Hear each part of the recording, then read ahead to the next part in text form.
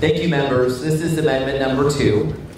I would also consider this to be, as Representative Escamani described, a compromise amendment, although this one is even, I'm hoping, less problematic than the amendment we just went through, because all this amendment is asking for is a study from OPAGA, requiring that OPAGA research and analyze the issue of discrimination in student enrollment and conduct at private schools participating in our voucher program, to identify policies at such schools that deny enrollment or expel or punish students based on the student or his, her, or their parents or legal guardians' sexual orientation, gender identity, or protected hairstyle, including but not limited to braids, locks, and twists.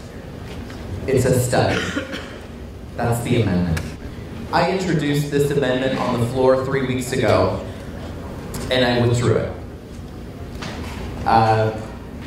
One of the reasons I withdrew this amendment was because while we were all working on trying to address this issue of discrimination at voucher-funded schools, I wanted to give House Republican leadership and other stakeholders the time and the opportunity to continue to work with us behind the scenes to see what steps and action we can take to address this issue.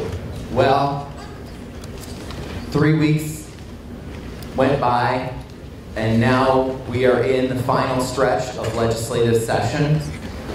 Representative Chair Sullivan's bill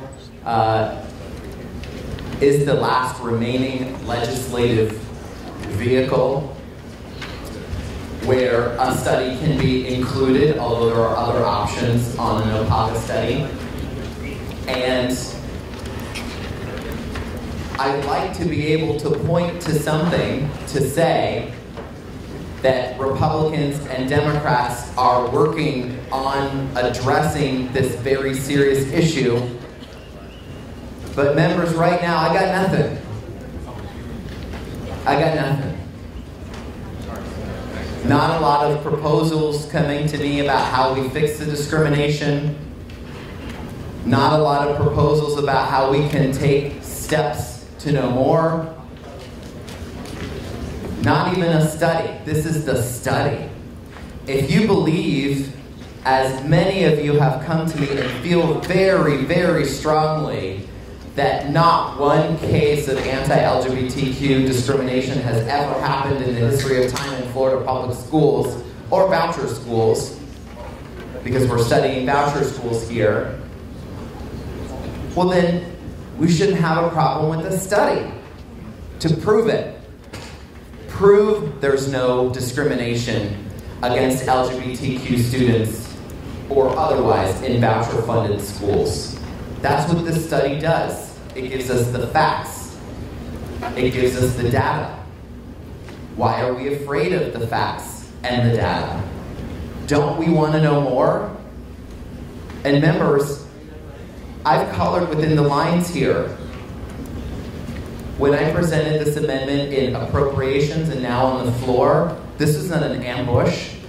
This wasn't, your typical, here's a Democrat amendment, everyone knows it's gonna fail, unfriendly. We all know the routine. That's not what this amendment was. It was never that, since the beginning.